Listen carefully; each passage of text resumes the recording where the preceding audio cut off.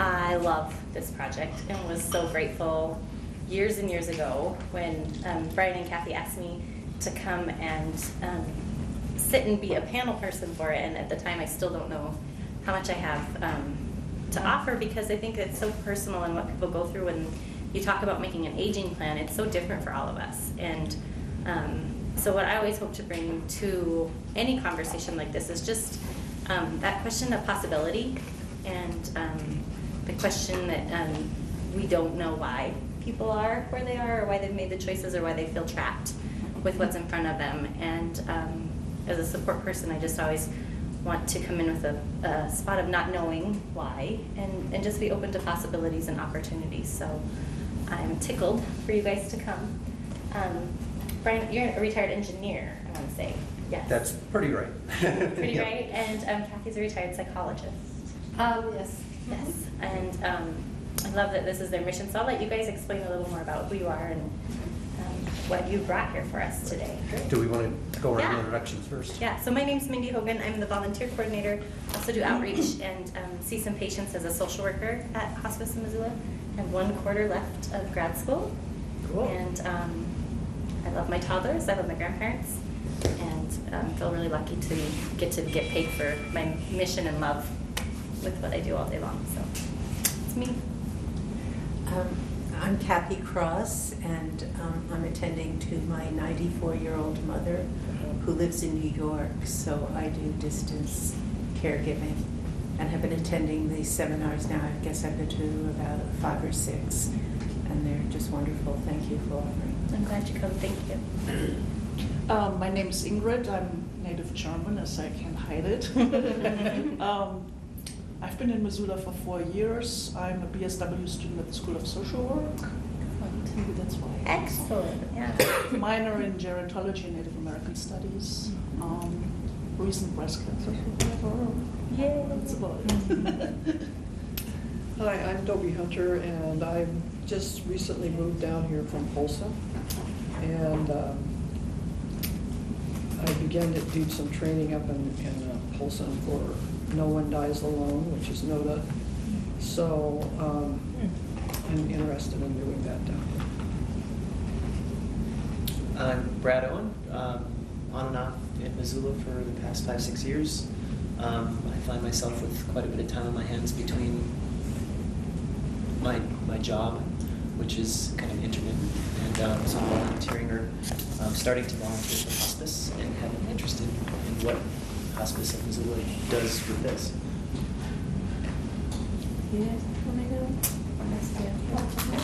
I'm Kelly, and I started coming to these meetings earlier this year, and just because I thought the topic sounded interesting, and the first meeting was engaging enough that I've kept coming back ever since, and I have yet to attend a meeting that I didn't take something home from.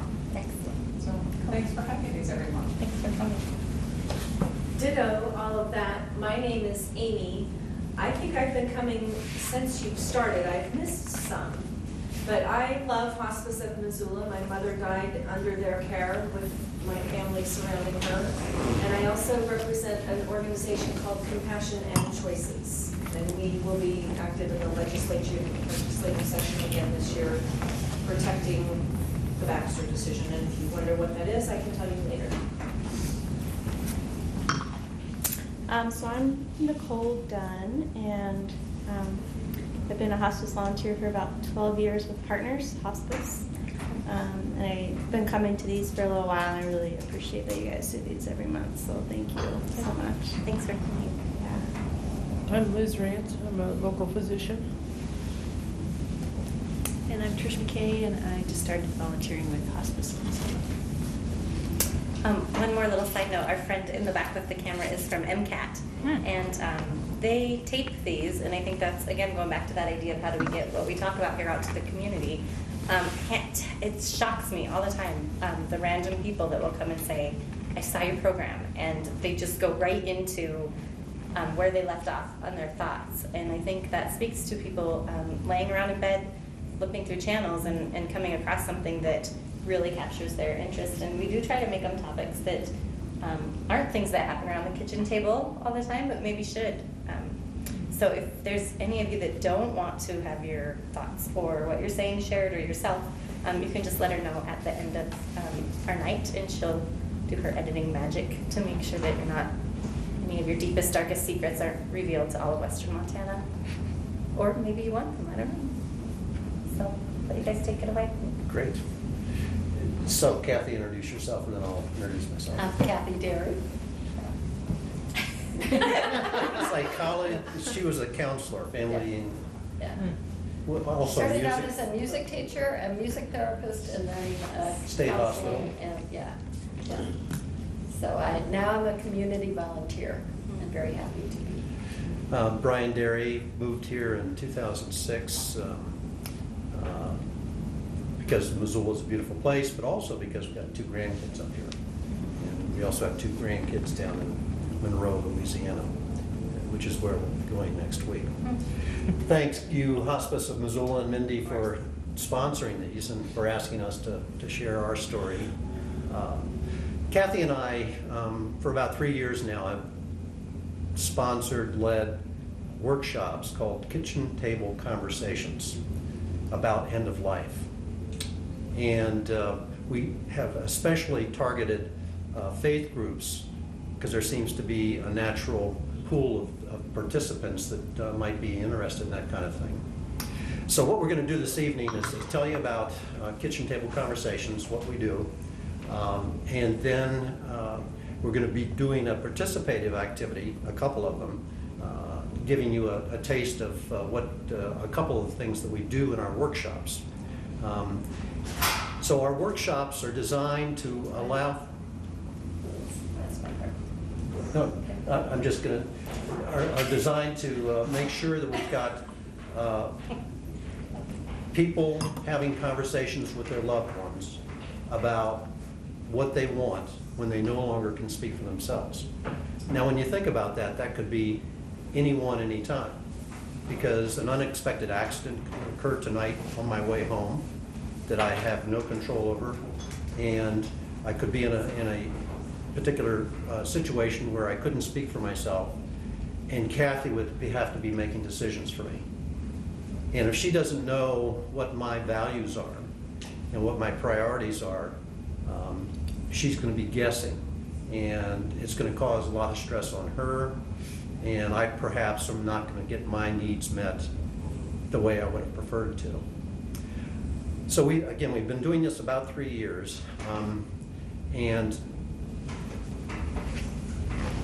one of the things we talk about is what is a good outcome from a serious crisis situation. Well, first of all, a good outcome is that you're not having a conversation and thinking about it when the crisis occurs.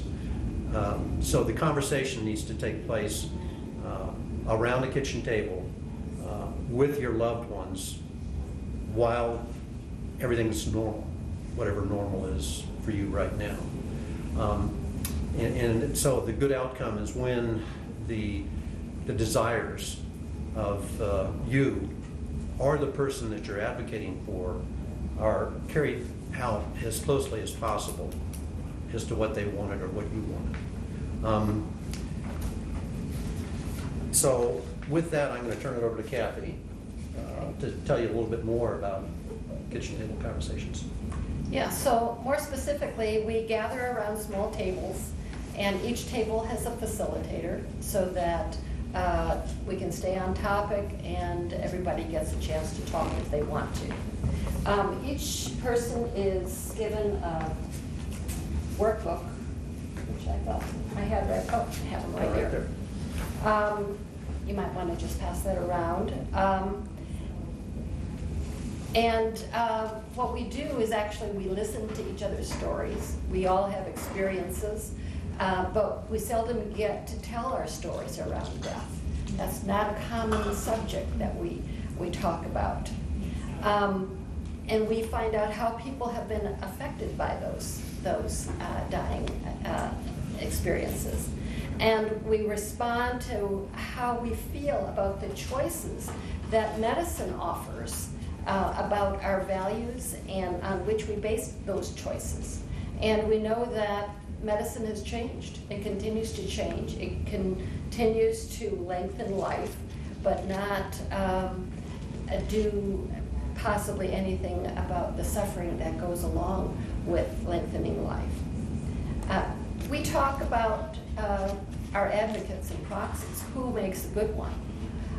Do you make a good one? And we talk about what that job is of proxy and what we expect. And all of these are things that we really need to be talking about to those people around us, and probably all the people who might be there at our bedside at some point. Our workshops are two-hour sessions a week apart. And we ask participants to do homework in the week in between, because that gives us an opportunity to process what they have learned the first time and process the questions that we ask. We mostly have questions. We have few answers because it's the participants that have the answers.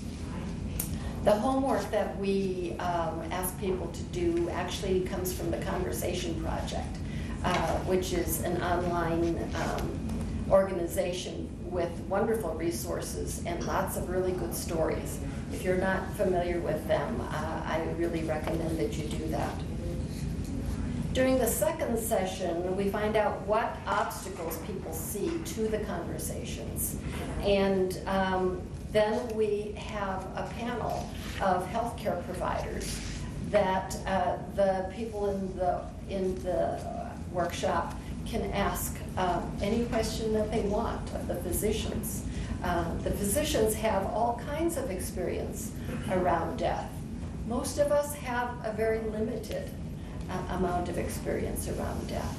And so people in our workshops have such varied experience, life experience. And we also find that people of different ages are going to have very different questions. If you see yourself as a possible proxy, you're going to have different questions than if you see yourself as being terminally ill and not able to speak for yourself in the near future. We do walk our people through the advanced directives, and we tell them what to do with those directives, how to get them into the state record. We encourage them to share them with their doctors and all of the loved ones who might very well be at our bedside. Now, I took my advance directive to my doctor and said, here's my 5 wishes, and she said, thank you very much, we'll put it in your chart. There was no conversation. Now, what we have to realize is that she's not very likely to be at my bedside when I'm passing. It's going to be someone else. So maybe the time for us to talk wasn't so necessary. But it is in the record, and it will be there for others to read. More importantly, though, than the advance directive, we feel, and we understand from experts, people who are on the front line, more importantly than the advance directive is the conversations that we have with the people that are going to be there. The doctors will more likely listen to what the people are saying in the room. Doctors also might have personal reasons why they don't want to follow advance directives. When they can't do what they've been trained to do, they could be very reluctant to do something other than what they've been trained for.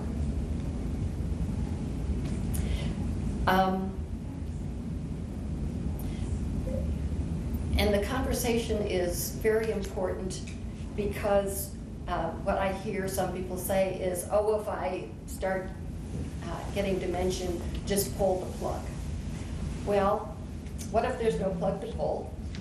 And very often dementia does not happen all at once. People are lucid very much of the time. Yes, show signs of dementia. So what does that mean? What are you talking about when you say something like that? When you say, I want to live as long as possible, what does that mean when you're on a respirator or a feeding tube and the pacemaker and are going through dialysis? What does that actually mean? What kind of meaningful life would that be for you under those circumstances? So right now, from what I have said, are there any questions that you have for us around kitchen table conversations that you'd like to know right now? Around the process, or? Anything. About either right now. Well, I was struck when you mentioned doing all of this so that the following events would go the way the patient, the client wanted them, which is a nice thought, but there are a whole lot of other people involved, and they often have needs too. I just wondered if you helped Other them people address it. involved help me with that, or? Well, for instance, I have 4 sons, and if I were in a terminal kind of situation, they're 4 very different young men, and they have different senses of how long, what we would want to do. One of them would be incredibly uncomfortable with pulling the plug at an hour after the accident kind of thing. The other 3 would say that's what mom would want. So, Right. You've That's got to why learn to do those. Yeah. The conversation now with all of them, hopefully in the same room, would be very Well, important. we've done that, yeah. Okay. Yeah, but I was But just for- wondering if that's a factor that you take into account in the conversation. Yes, it's really critical that the folks who are your loved ones, and let's take the example that you used, which are the 4 sons, to try to get that one son who may be reluctant, at least to neutral. In other words, he may not agree with what it is that you want, but he's not going to interfere with what it is that you want. When that's not possible, and that is not an uncommon circumstance, the advance directive says X, which says, I don't want to be intubated. Yeah. I don't want to have a feeding tube.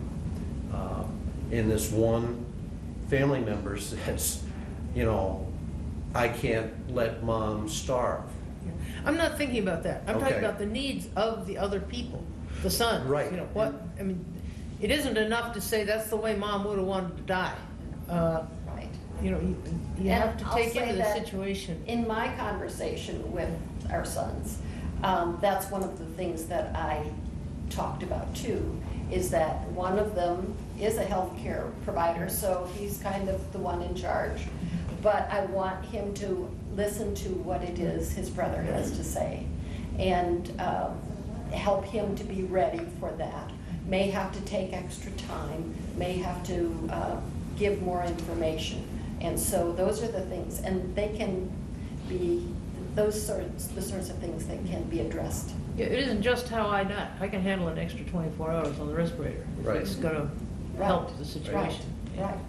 I don't want to go to a nursing home, but if I cannot be, if it's going to be a huge burden on my family, that's where they need to have me, where I can get the care that I need. Yes, so that's the thing about things. They're not black and white answers. They're all very gray, which really begs the conversation to a piece of paper. Yeah, well, the pulse does not. Okay, Amy's over there with the question. I just would add a comment to that this is a process and an ongoing dialogue, not a conversation. The workshop gets it going, but it must continue because it's a moving target always with your human body and your relationships. So it's a process, not an event. And it's a dialogue, not just one time, piece of paper, fill it out, file, good to go. Exactly right. Okay. The workshops, as you've described them, 2 2-hour sessions a week apart, is this in a group setting or is it for one family? It's their groups. They are groups. For instance, as you At said, a we went church. through at a church. We went to the Springs. We've been over to nursing students at the university. So they are groups, but the tables, there are several tables. Each table has a facilitator.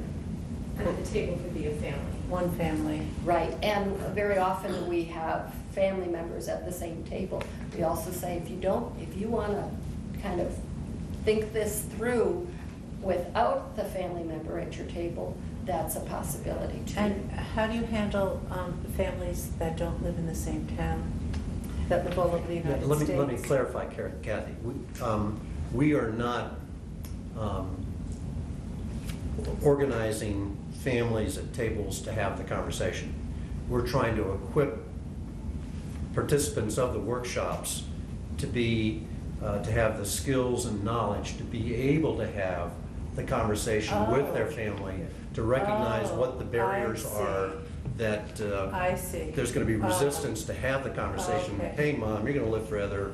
We don't need I to talk about see. this. So that's So it's like a pre-workshop Exactly. for what's going to Teaching. happen. it's a skills building. Teaching skills. I see. Okay, thank you. Exactly. Okay, One last thing, how do we get into this, and how much do we get paid and all that? We're volunteers. We charge nothing except for materials that we Have to pay for purchase. out of pocket in terms of outside resources. I never had the conversation with my dad. And so I'm there when he decides to quit walking at the age of 99. He could still walk, but he decided that's, Done. it's time to quit walking. So I hadn't had the conversation. I didn't know what he wanted. I thought he had stopped breathing. I called 911, put him through an awful 6-hour process. If I'd had the conversation, I might have known that he would have said, Brian, if I fall, I don't want to be resuscitated if my heart stops. Yeah. If it appears I'm not breathing, I really don't want you to intervene. But I hadn't had the conversation. So it was a really lousy feeling that I had when that event occurred. Kathy had, go ahead. yeah, I had very much the same experience with my father, and family that did not agree, did not understand what the job was, a proxy, and it was a very difficult time for us. And there's still some issues in the family. And so I don't believe that needed to happen, and I would like to prevent that in my own life and in the lives of others. Hospice of Missoula is sponsoring our workshop in January on Thursdays, the 22nd and 29th from 5:30 to 8. So if you would be interested in getting a notice of the workshops, we can have a sign-up sheet, and we will notify you with all the particulars, and you can spread the word. Amy? I just wanted to underscore what both of you just shared, as part of the gift is to the people left behind. It's not just about you and your wishes. It is, very much so. But it's much more also included about knowing the people that you left behind felt good about your death. I think that's, I just wanted to underscore that. It turns out- It's a gift to your family. Right. And one of the reasons we decided tonight would be a good night to do this is that Thanksgiving is coming up. It's when families gather, and so that makes it good. But it also gives you an opportunity to take a little time when you're together to realize, you know what? we're not always going to be here together. People will be passing on. And that can only make us more thankful for our being together. And so that becomes a very intimate experience rather than just the watching the football games and some of the discussion that might be going around the table. So that's one of the reasons we chose tonight to start talking about this and how to talk to families. So what we would like to start with, divided into two, is one of the first exercises that we have is called personal reflection. And so what we would like you to do, and we have pencils if you need them, is to take your pencil and just spend a little time yourself going through, and it tells you how to mark. I'll just pass those around. Mark these. It just says check all the answers that apply. And what we're going to be asking you in a few minutes is what were the most difficult questions, and why might that be? And so I'd like to emphasize that this is not going to be a discussion document, where we're going to share with each other our answers. This is a personal reflection on your part. You check all the boxes that apply with any given question. But again, just what is the most difficult, ones, and we'll talk about that. So we'll take a few minutes now. You said number 7? 7. Oh, I didn't even see those. Okay, if I you was were- wondering why I was done so quickly.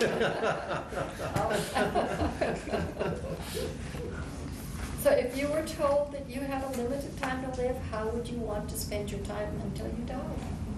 It depends on how long the time is and how your physical condition is. That's right. Yeah. Okay.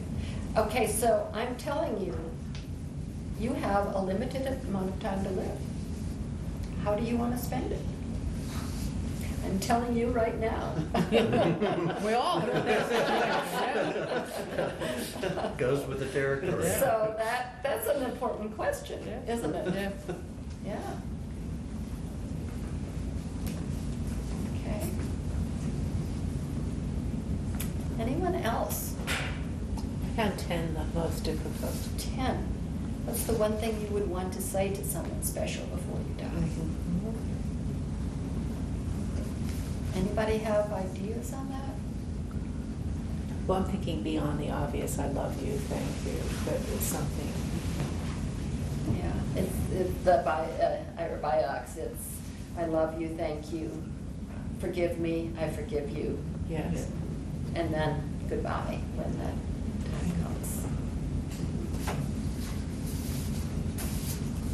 And again, that's something that we can keep up to date on right now. You don't need to wait.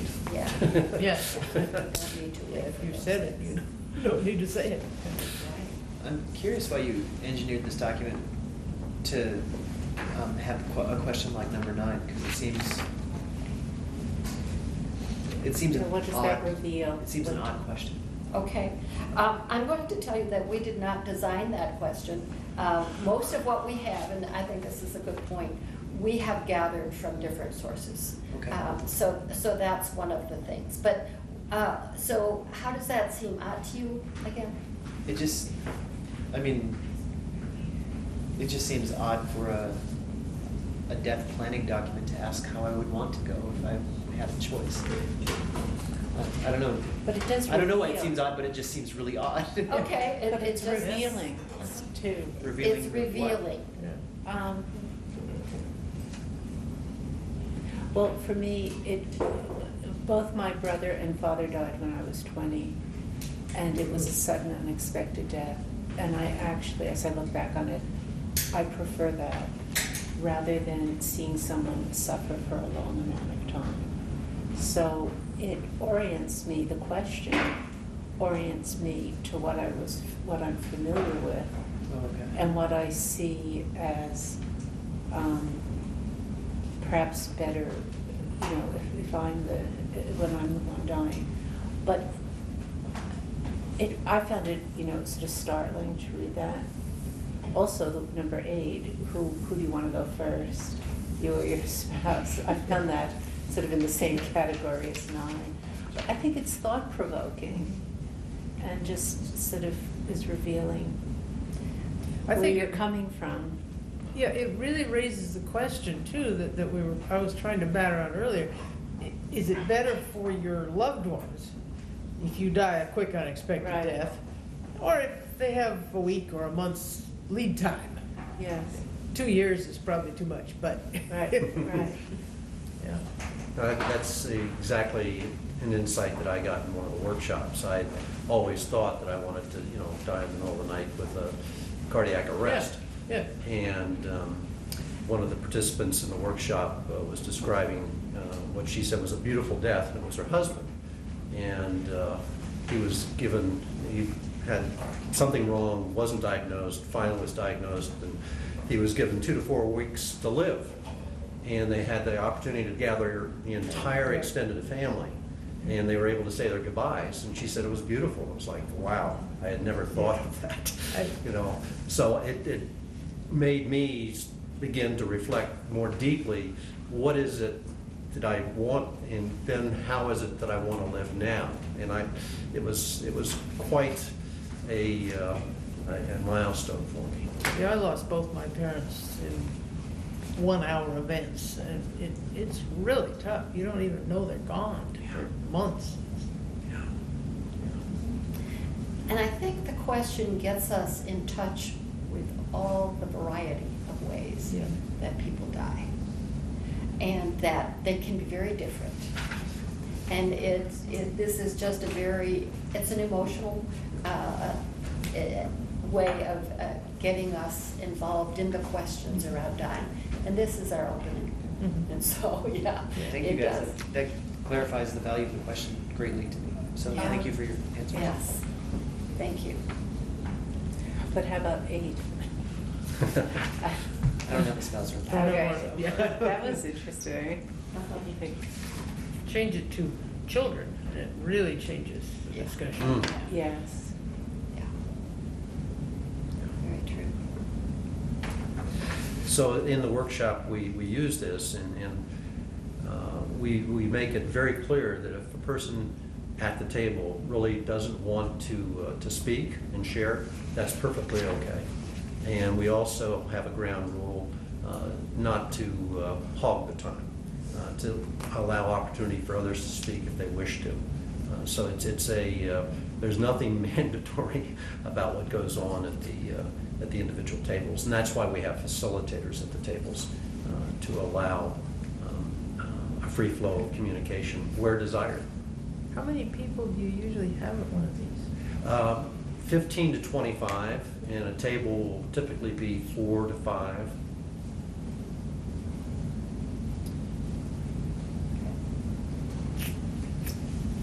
Are you doing this in Missoula or Montana? Or? We're doing this in Missoula. And the first public one, Hospice of Missoula is sponsoring in January, the 22nd and 29th. Where is that next out?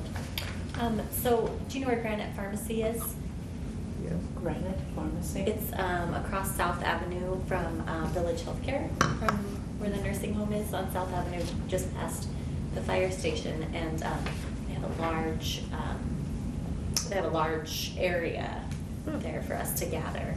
We also threw around the idea of hosting at the funeral home, because Garden City's been so kind and wanted to collaborate on these things. But I think for now we're looking at the Hestia space because it is so neutral and maybe doesn't seem as scary going into the funeral home to talk about end of life. Could be tough. Could add a whole level of anxiety that we don't want to bring to the table, right? And we want to be inclusive. We do, we Pretty really want to big. be inclusive. So that will be open if you guys would like to sign up for that today, you're welcome to. If you want to just email and let me know that you're interested in coming. It's fun, I think it's fun. Yeah. It there's- really is, you leave with a different, And there's often a lot more laughter than there are tears. there really is. It's nice. Okay. So, another tool that we use are called Go Wish cards. And so, we're going to pass you each a deck of cards. They color coded. And what we would like you to do is take the cards and find a partner, and you might change partners and so on. But what you are to do is to take these cards, and I suggest that you find a place at the bar, some place where you can kind of spread them out a bit, but also be with someone else. You're going to divide the cards into very important, somewhat important, and not important. So 3 piles. 3 piles. And you're doing this individually. Each of you is And taking the deck and just taking, there's like 36 cards. And one of the cards is fill in the blank, if there's something. Oh, a wild card. There's a wild card in there to make up Um, something else. And that you, 3 piles again. Really important. Very Most important. important. Somewhat important. Somewhat important, not important at all. And that, what we would like you to do with your partner is engage in a conversation. Tell me more about this. How would this change? In terms of the most important. Right. Yeah, you ought to take the very important and prioritize them, 1, 2, 3, 4, 5. But then engage each other in conversations about your cards. How might this change over the years? What would be important for your proxy or advocate to know about this, and how would that be? So what you are practicing, you're just using this to find a way of engaging in conversation. And what we're going to do after a bit is we're going to come back, and you can bring your cards back, and we'll just talk about your experience. You know, what were some really helpful ones? And I'm going to tell you, we don't have all the answers to those questions. We're not have any going to tell answers. you. But it's very few. But we are gathering them from the people that we work with. And so we would appreciate very much your experience with these cards. So you can go up at the bar. There's Do it right a in front of you, table. wherever. Yeah, there's a table back there. So take your cards and get 2 or 3 people. Sure, yeah. There are cards and our brochures are up there. We also have that little blue sheet that we put together that talks about, on one side, what you should talk about, and on the other side, about proxies and what that job is, and who you're going to be looking for in order to do that. And I always say it's not an honorary position. Very often we say our oldest child is supposed to be our proxy, but they might not be the right person. Our spouses may not be the right person. So we really need to take that very seriously. The American Bar Association has an app that you can download from the App Store that's free. That is a place for you to put all your medical proxy type documents, including a will if you want that on there, and medical power of attorney, and regular durable power of attorney.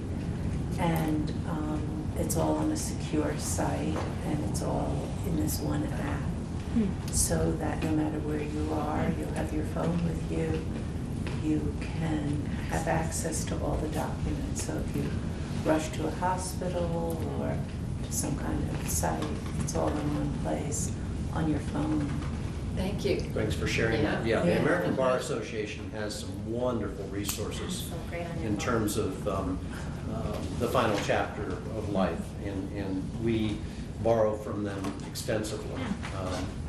So with regard to this exercise, I just want to say. yeah, go ahead. And then I discovered an app for keeping your prescription drugs on your phone. And I haven't done this yet, but it has an override where you can, all your emergency contacts can then stay on your locked screen.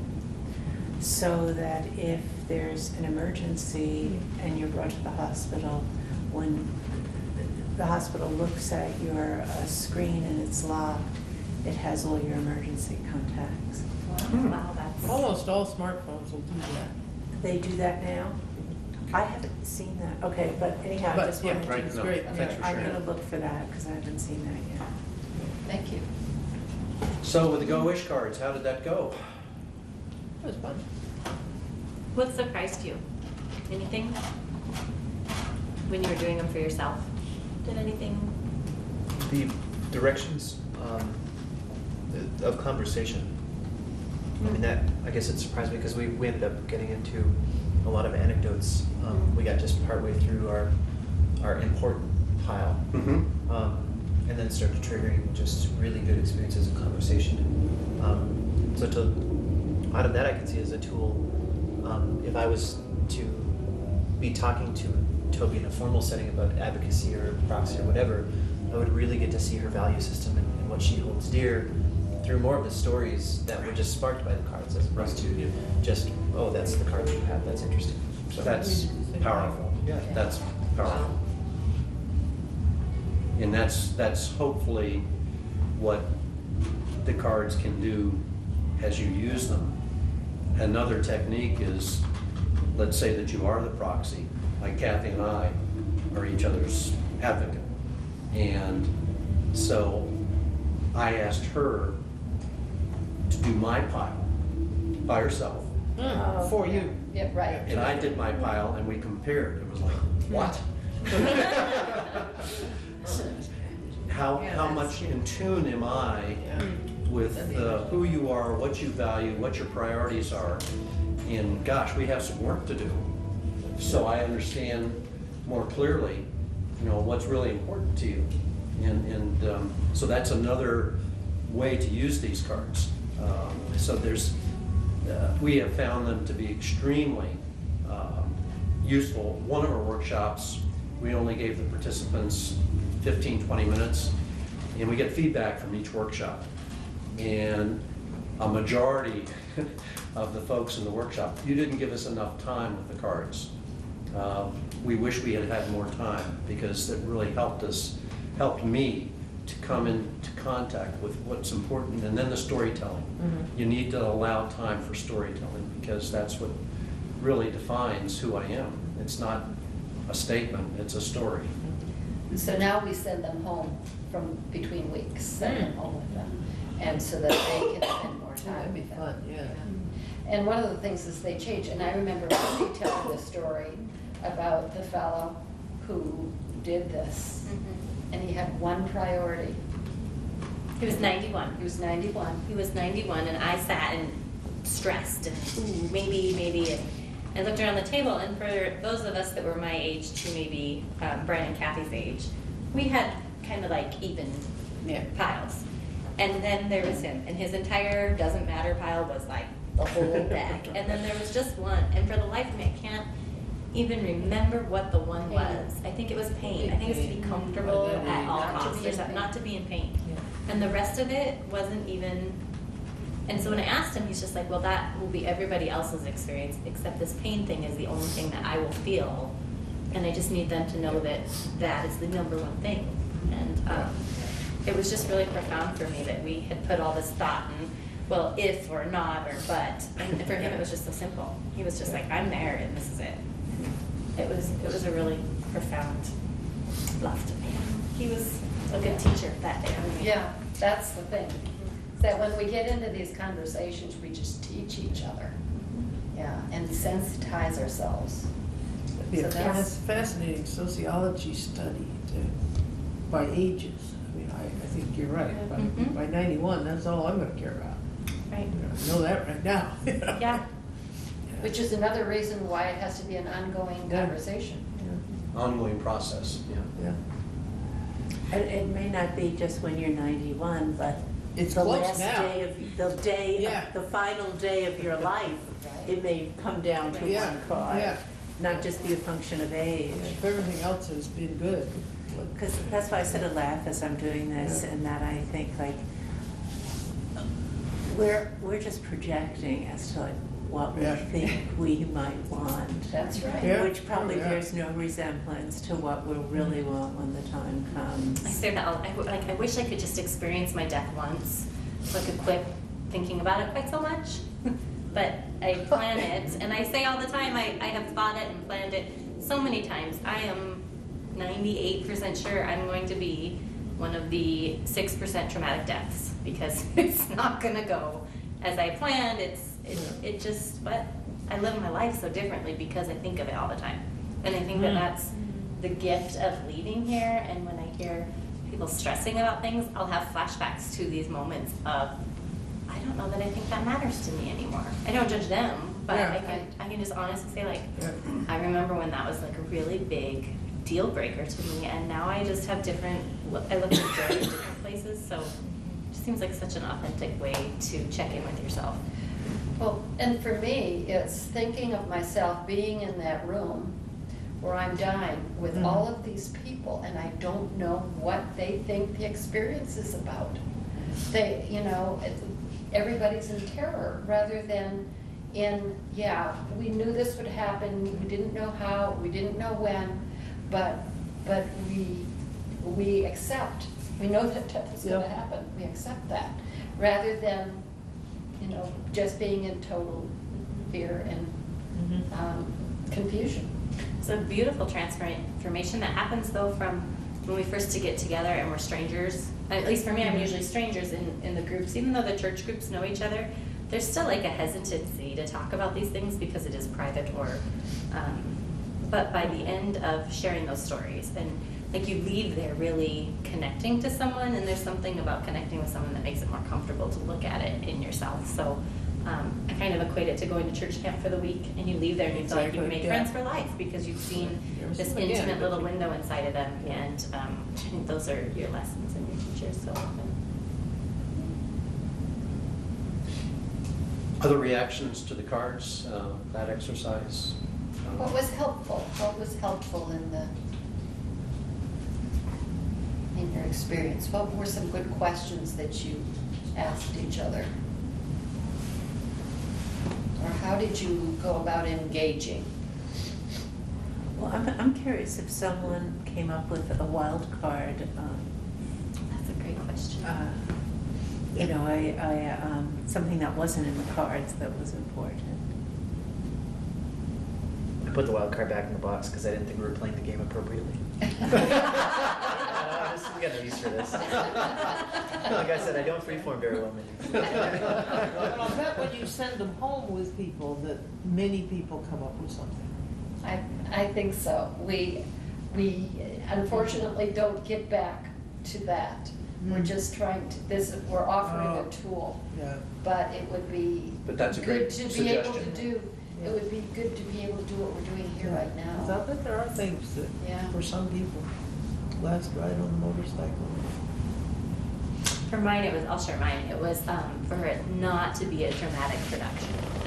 Yeah. That's so important for me Yeah. because so many of our family events become the big dramatic Yeah. production, and my healthier self has found myself pulling away from that and centering and doing that. So for me, while I'm present, I don't want it to be distracting for me to not. I don't want to be sucked back into that. Yeah, That's that's good. my Yeah. safe space that I've been working on creating, and I don't. Once I'm gone, they can have the funeral or the party of the century. I don't really. That's up to them for Yeah. what they need, but I dread laying in the bed going, this cannot be my last experience still dealing with this. And my deathophobe husband hates it when I bring it up, but when we see something on TV, when Brittany Maynard was on all the time, it was like, this is what I want, this is what I don't want. He's like, can we just not talk about it? And my kids are like, oh, you're going to a funeral this weekend? Are we gonna go? Should we go? And they're 6 and 4, and they're so comfortable with it, and I hope that's a bit, like I'm telling myself, Oh, it is. I'm living authentic, this is what I want them to know, but I really hope they're not sitting here when they're older saying, well, my mom did all these things. I'm doing it out of a place of hopefully love and overcoming their fears before they even have them, but you don't know until you get there. I mean, you just don't know. Make your best effort. I'm trying for myself. And I think you have to get well into adulthood Mm. before you can really even think about what the words mean. I mean, a 6-year-old, a 20-year-old doesn't.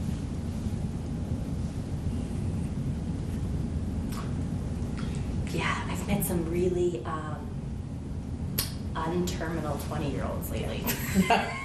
Right? More and more so. Yeah, I can't believe how many people are so far away from it. That's where I mean, it's just where they are. These would be really helpful with young patients. When you had, like I'm thinking the cancer camp. I volunteered up there one year. Yeah, well, I wasn't in Tamarack, but yeah, I mean, when the kids get together, they need ways to talk, and they tend to not do it very well. Okay, that's great. Good suggestions.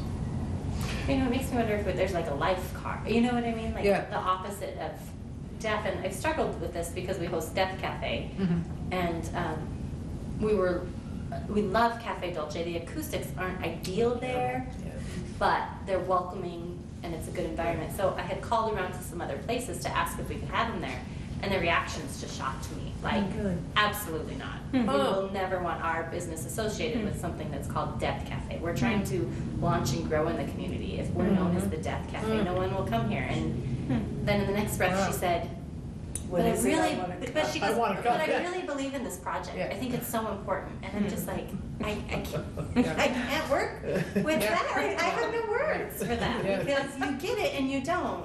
Yeah. But that's, I feel like so many of us are there. Like, we get it, but we don't. I just told, I think, Trish, like, I can talk this talk, but when it was my grandparent in the bed, when it was my person, it was the greatest internal struggle in my life because I thought it and talked it, and it was so gut-wrenchingly hard. I was just grateful to have people around me that didn't say, but you said you were going to do this, you said you were going to do that. They just could be there for me. And so that's what I think the gift that volunteers or people who are comfortable that say you don't have to judge, you don't have to.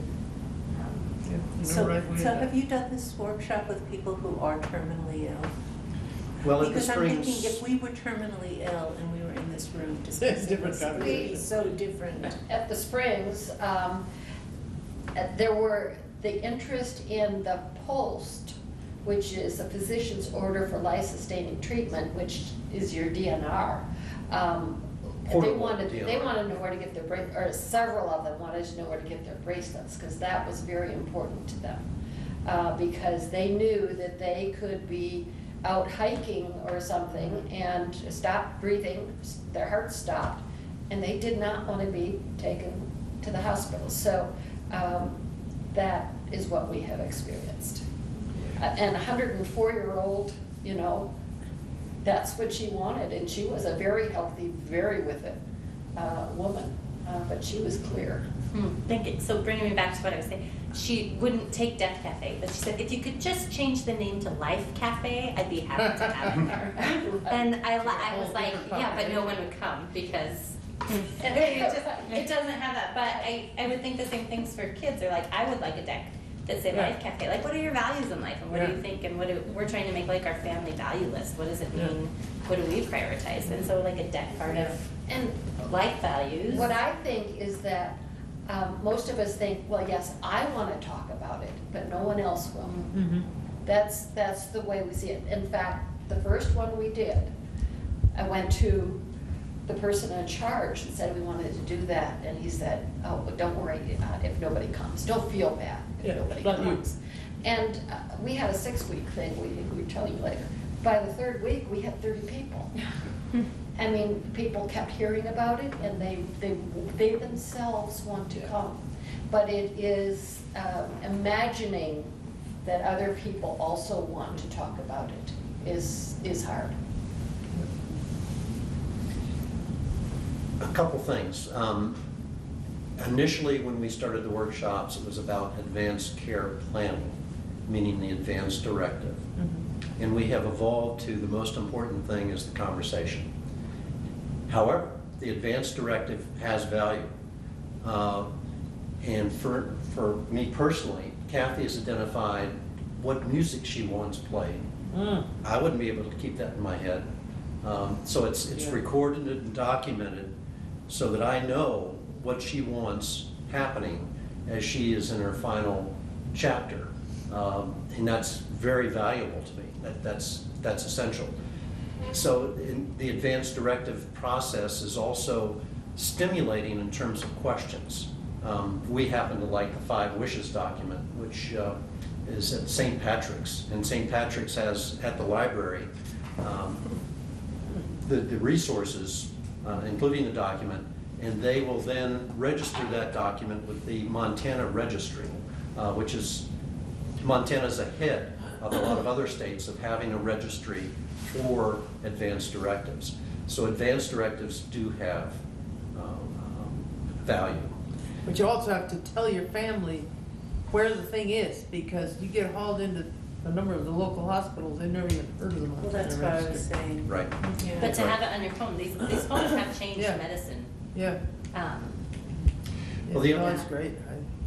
And again, the other thing is that as far as an advanced directive channeling and lassoing what's going to happen with the healthcare options that are offered, our experience with that and talking with healthcare professionals, not so much. Yeah. It's going to be the folks in the room, Right. including the proxy, the advocate, the person who has the medical power of attorney. But that person is not going to dominate. The healthcare provider is going to ask for consensus. And if consensus isn't there, that provider is going to say, listen, you need to make a decision on whether to intubate or not. We don't have a lot of time. You guys need to come to a decision. If you need help, we've got social workers available.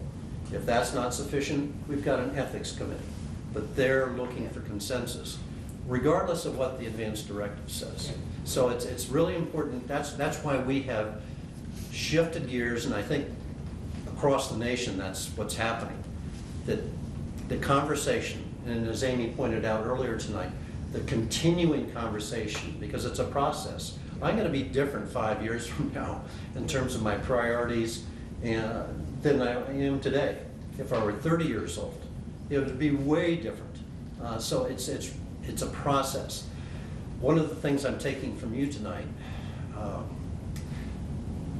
the cards, gifts for our kids. You know, we've got a 42-year-old and a 40-year-old. Yeah. And to have them have those cards and then ask them to share what their priorities are, I think is really important. But that was stimulated tonight.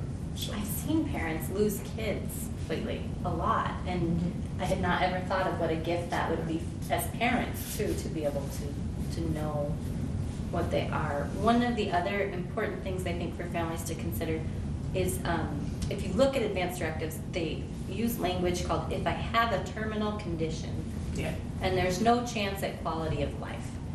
So the words define terminal condition and define quality of life for all of us, oh my gosh, complete array of what that looks like. And doctors don't want to commit to what a terminal condition means because that's so their judgment on what that is. So to define that within your family, quality of life means for me, Kit that owns us says, if I can't put a spoon through the food and put it into my mouth, my quality of life is done. Like she's just been able to, from what she's experienced, say, if I can't actually feed myself when presented food, that means my quality of life is no longer that I want to live. Like, what an easy thing for a family to be able to say is done. Whereas someone else would say, if I can't live in my home, meaning I don't have the resources to do it anymore, or I can't, then that's my quality of life that's no longer acceptable. Some people would say, if I can live on a ventilator forever because then I get to see my kids that much longer and meet another grandkid, that's okay. And I love that we get to define what that means, but the second we can't tell our family what that looks like, we're at their mercy. So, and we're kind of at the mercy of that son who doesn't want to stop anything. So the whole group is at the mercy of that person who's not willing to face what's going on and what's needed. I remember hearing a few years ago that it was often problematic being end of life at St. Patrick's Hospital because the Catholic value system often does not recognize some of these advanced directives because the church sort of forbids the ending of life. I've had the reverse problem at St. Pat's. They take the things so literally that you can't. I had a patient who needed to die, and they would not allow him to. I mean, That's what I'm saying. Who needed to die, and they would not allow him to. But it wasn't because of they wanted to do all kinds of things that clearly were not in his best interest. Not because they were Catholic, but because they were following the piece of paper. He had said, "I want everything done." Oh. And we all kept saying, "No, wait a minute. We really don't want to operate on this guy. He's obviously dying with it before your eyes." No, he signed this piece of paper. And it was one of the most frustrating experiences of my life. But it wasn't because it was a Catholic hospital. So you don't. This is probably not true. What I've heard. I'm just I can't curious. imagine they would pull the Catholic card. They might have. Depending on who the personalities you have involved. But I don't think it'd be the Catholic piece. The things from working at St. Pat's, and I don't speak on behalf of them at all, but what I can say I have seen that there are certain procedures that aren't allowed at St. Pat's. Right. And if you're ever faced with that decision, they give you options for where to transfer and how to assist you to get there. Like abortions. Not ever performed at St. Pat's. In terms of end of life. In terms of end of life, I have not ever in all my time seen someone that wanted something specific to end of life that had an appropriate proxy that didn't challenge the ethics or put the hospital at a liability risk, not because of them being Catholic, but because of them not having two different people saying, I'm in charge and I want this and I want that. And in those situations, they would turn to the ethics committee, which every ethics committee I've sat in on, I have never heard the stance of the hospital as a religious organization says this or this. It always comes back to the legal rights of the patient and really the legal protection of the people involved giving that care. And the ethics committee is wonderful. They are fantastic. And I think that, again, it just speaks to whoever's around your bed is who's going to be fighting that battle one way or another. I think we haven't talked about videos and what an amazing gift videos are for a person of sound mind to make a video of themselves saying, now I have this situation and I want to live as long as I can do this, but if I can't, this is what I want, and when it's a video and it's a person it's that same person you've always known, and you can pull it up and it's like, how do you argue with that? Like there's very few, that's great. There's very few, and I started to talk to that about some hospice patients who say, I have family that I don't know if they're gonna get this, and it's like, what if we had something they could tangibly go to that reassures them that following their wishes was a gift you gave to them. I love what you just said, Mindy, too, is like, you can't argue with that. Well, you can't, because they're on the video screen. Which is so much different than when you're in person. You can't be like, but wait, because they're just going to keep talking. Then you have to remind to get back to that point. Go ahead, try and get over it.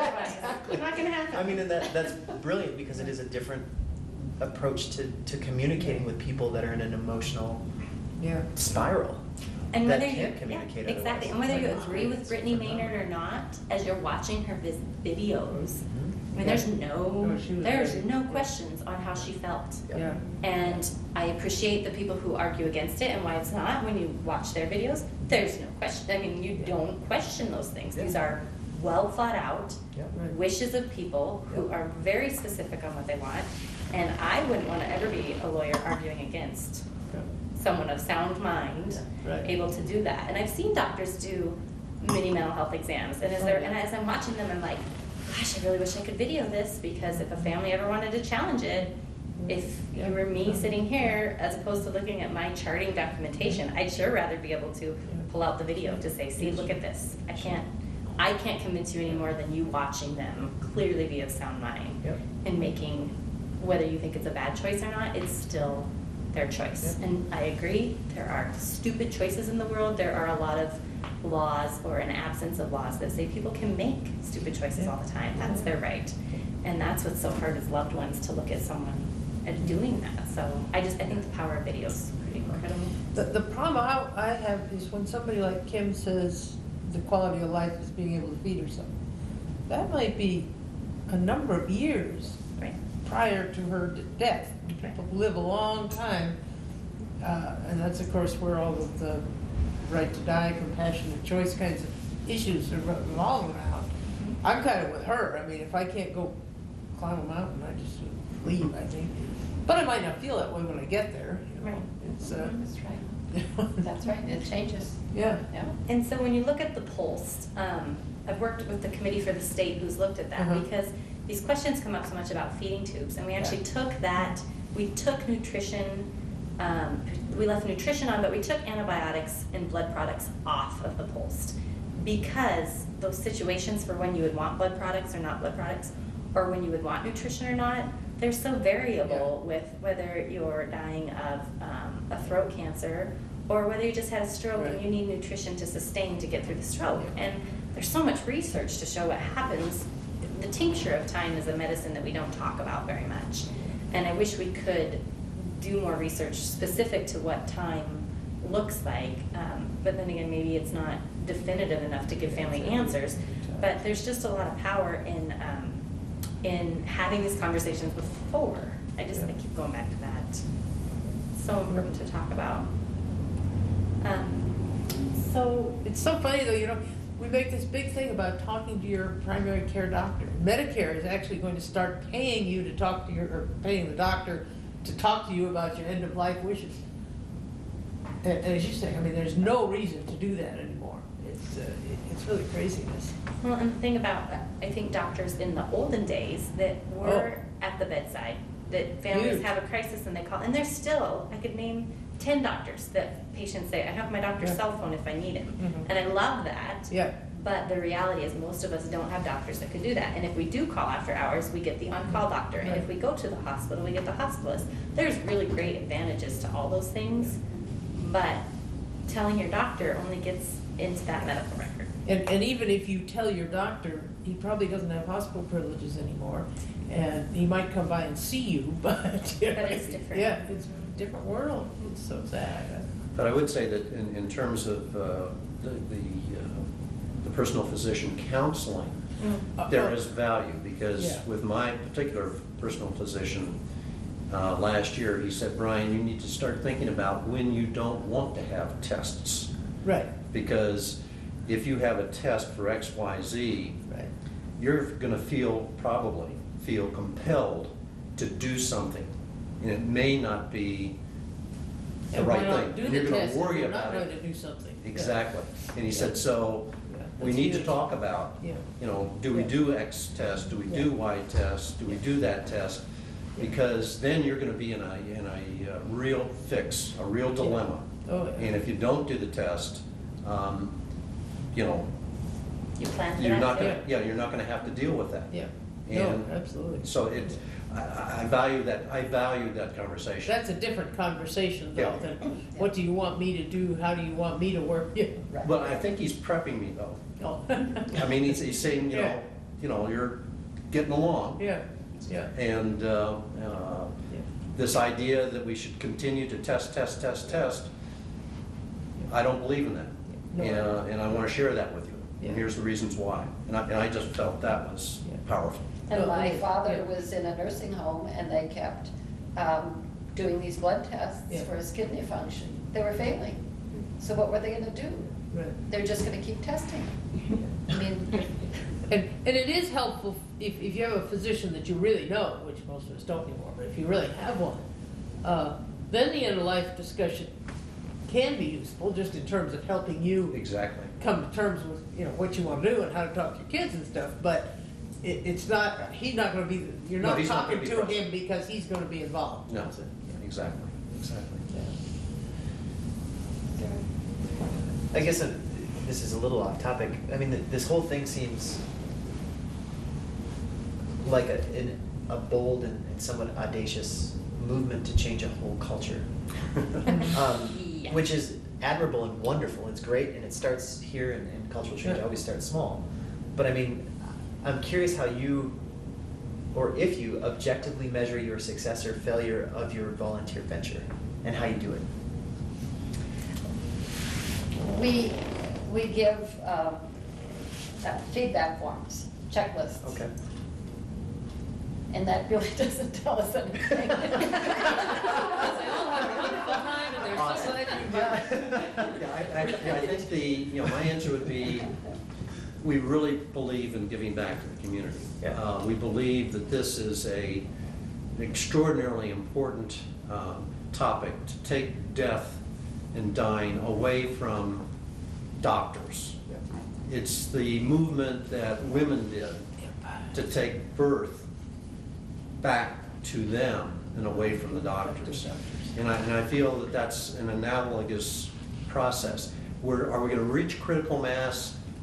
We can only make a small difference in a nice community and try to do the very best we can do, but we'd have no objective measurement. Okay, that's, You know what, I feel though that you're not just taking it away from the doctors, but I also think the level of specificity that some people get into in doing this planning takes it away from their loved ones and not give the loved ones an opportunity Yeah.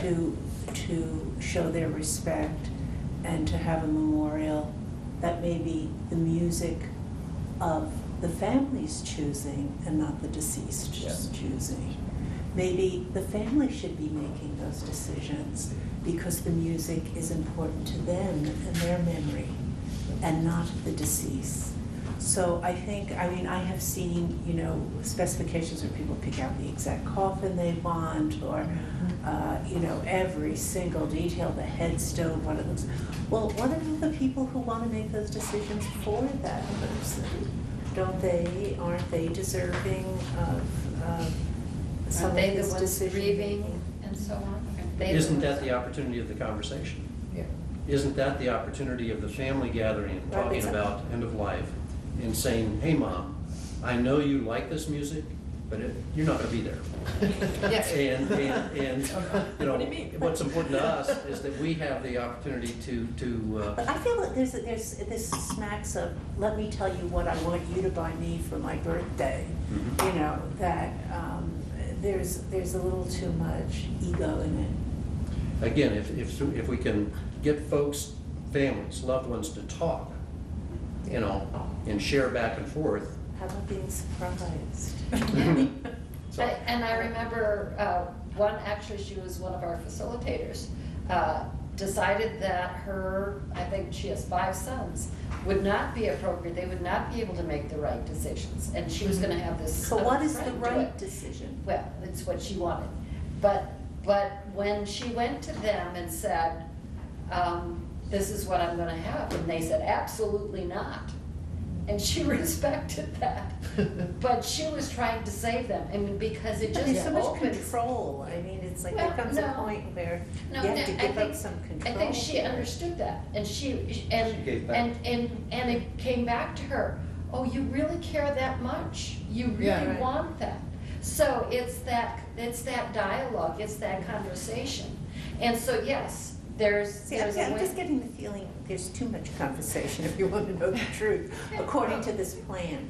No, about this plan. I respect what you're doing, but I think there's room for spontaneity, responding within the situation and making the best choices, and accepting the fact that, I'm not talking about legal situations, that type of thing. I mean more the memorial and the honoring.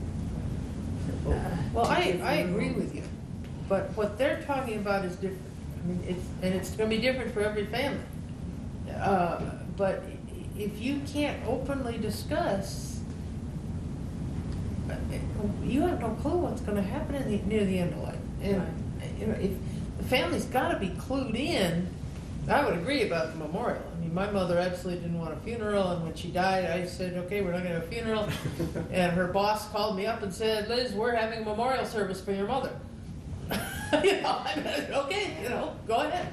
I'll be there, but I'm not gonna have anything to do with it, because you don't want one, but, but if, I mean, this is protecting you. If you show up in the ER at St. Pat's, and you don't have somebody that can come in and be your advocate. Right. It's just like when you're having a baby, you can't advocate for yourself. You gotta have somebody else that says, let's hold off on the section I for wasn't another hour. talking about the advocacy, I was Yeah. talking more about the planning. Oh, For, yeah. yes. Well, I'm curious about this too, with your guys' experience of running these, because I am definitely, and I'm trying to shake this a little bit, but there's a right way and a wrong way to do everything. Do you get that with people that maybe have a frustration in these conversations where it's like, well, I just want you to tell me the right way to support my mom who's dying, or I just want you to tell me the right way to have a funeral, or the right way to pick music, or, do you No, see and- that Yeah, behavior? or- when he was talking about my music, it's while I'm dying. Oh, That's, okay. that's what we're talking about. Exactly. Oh.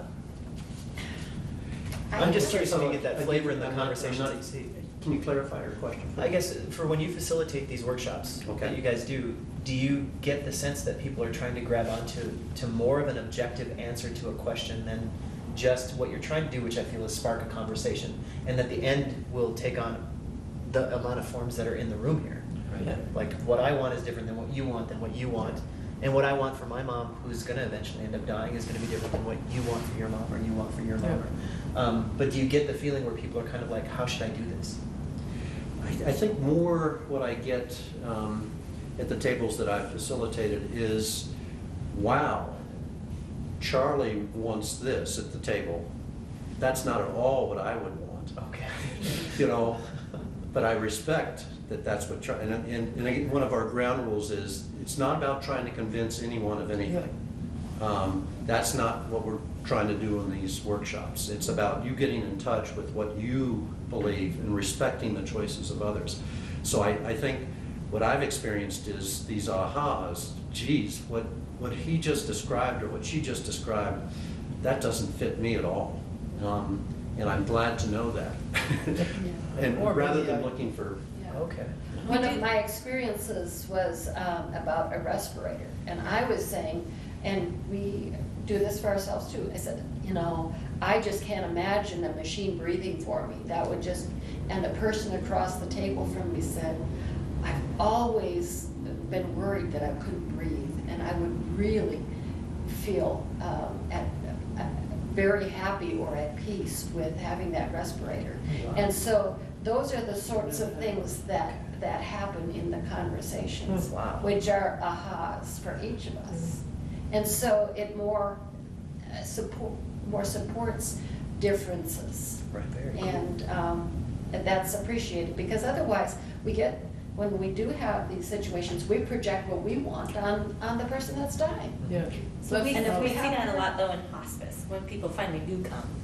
And one son from across the country comes and says, this is how we do this. And the other person that's been here says, oh, that's not what she's been saying. And then we do see that. And instead of arguing, we work backwards to see, where did you get the idea that that's how we do it? And it's just that awareness. We never judge. We never say what's right or not.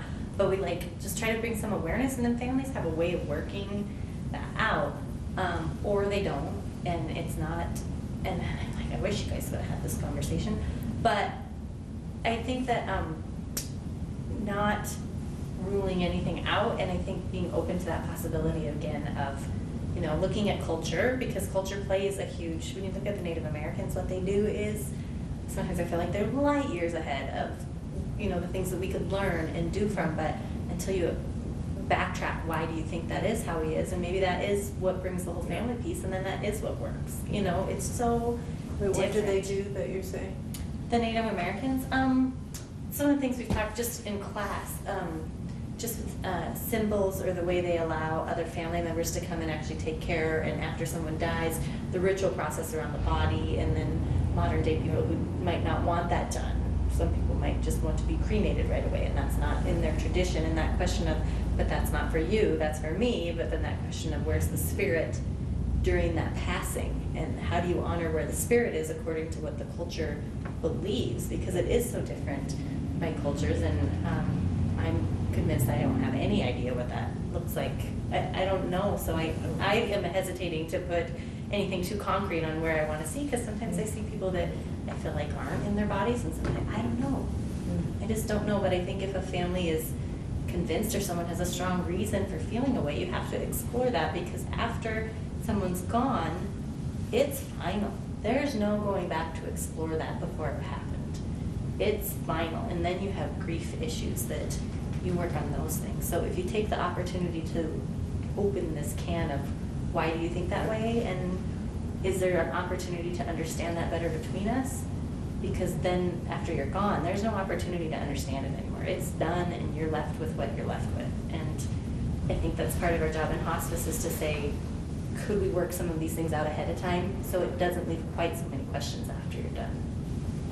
I think one of the most important things I hear from your description about what you do is just helping people understand some of the terminology. Mm-hmm. It is so frustrating to have Aunt Susie, who's in New York, call and say, you've got to do everything there is to do.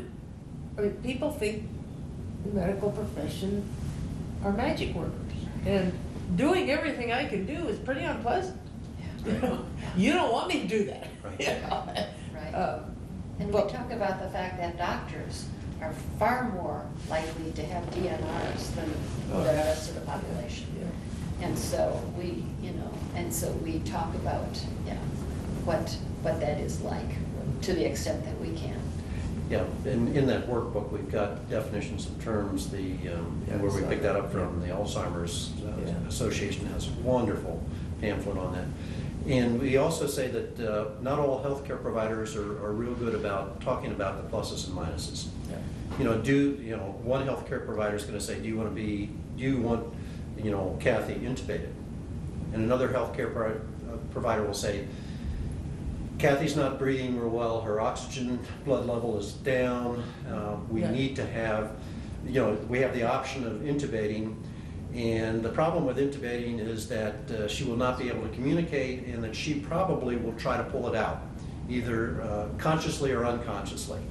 And if we do that, then she has to go back for x-rays, because when we put back in, we have to make sure it didn't go in the stomach. And it can be very painful and irritating. And oh, by the way, when a person comes in to see Kathy, she's not going to be able to speak. So here are the pluses, here are the minuses. And we may Now, never the get out. advocate is the person that has to say, hey, healthcare provider, you told me that the oxygen level's low. What do we do about that? We can intubate. Well, what are some of the problems or issues? What else can we do? With that? And are there any other options? That's a good advocate. That's a good, medical power of attorney person present in the room, exploring options. So. Well, I would think your work just opens up the door for some people who've never talked about this stuff. Yeah, I think it's great. I mean, that's the big thing, and then getting other ideas other than what they just thought. That's the wonderful part for me, is that, and like you say, it's going to change all the time. That's kind of our measure. Maybe we've moved each person an inch, Yeah. and we don't know whether we did or not. That's a lot of work. Yeah. That's a lot of work. Yeah. Okay. So I think we'll wrap up, and I want you to know, first of all, thank you, you two. I mean, really, thank you. That was really good. I think we'll all have a lot to think about. And going forward, January, we will have a workshop that everyone and anyone would be welcome to come and attend. It'll be 2 parts, 3 hours apiece, right? 4 hours. 2.5. 2.5 hours apiece.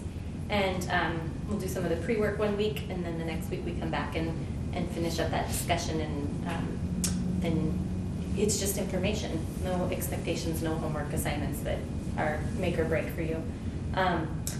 Our next 2 conversations, and I'm not sure which will happen in December and January, but there has, what have we learned from Brittany Maynard? And Compassion and Choices has gone from something that people only knew that name when they came to conversations like this, and now it feels like everybody is talking about that, and I wonder how that's changed for them as an organization. And so I've asked Amy to come back and talk specifically about legislative action and what that looks like, because we are one of only 5 states that it is a possibility for.